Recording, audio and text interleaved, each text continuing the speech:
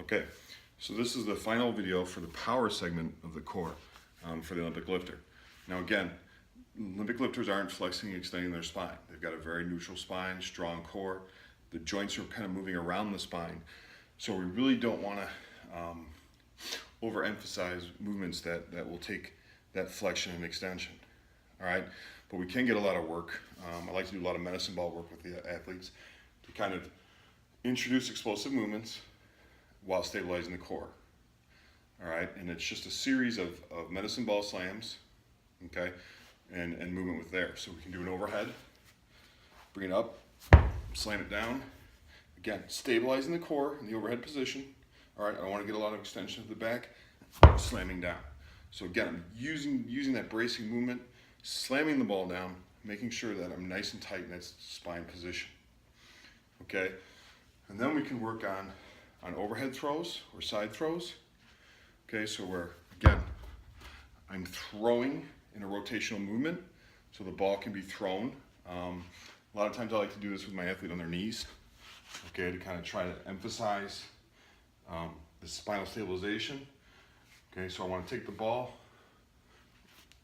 throw it back, all right, and then if I'm standing, same thing, okay, throw it back. Reciprocal movement of this would be like the axe chopper. So where I'm throwing the ball here, up here, and down, and a chopping movement. Again, strong spine, working on that position. Coming through, working on the hip transfer and the power. This will help translate some of the Olympic lifts with the power movement, getting from the floor to the squat, the clean squat phase. And again, here, bringing this down and across, and then an overhead toss, okay, where the ball's here, and I'm launching it over the top and over my head.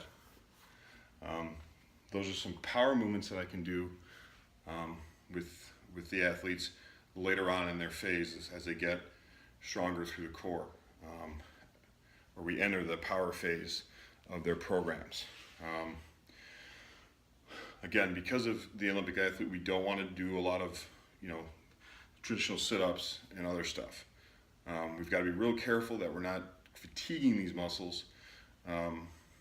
So when we get into the power phase, we don't want to act any power movements to the lower back, to the erectors or the multifidus, stuff like that. We want to make sure that we're not fatiguing those muscles, because if we do, and then we get into the actual training session, then we could cause damage to the spine or those muscles. So that would be the power phase.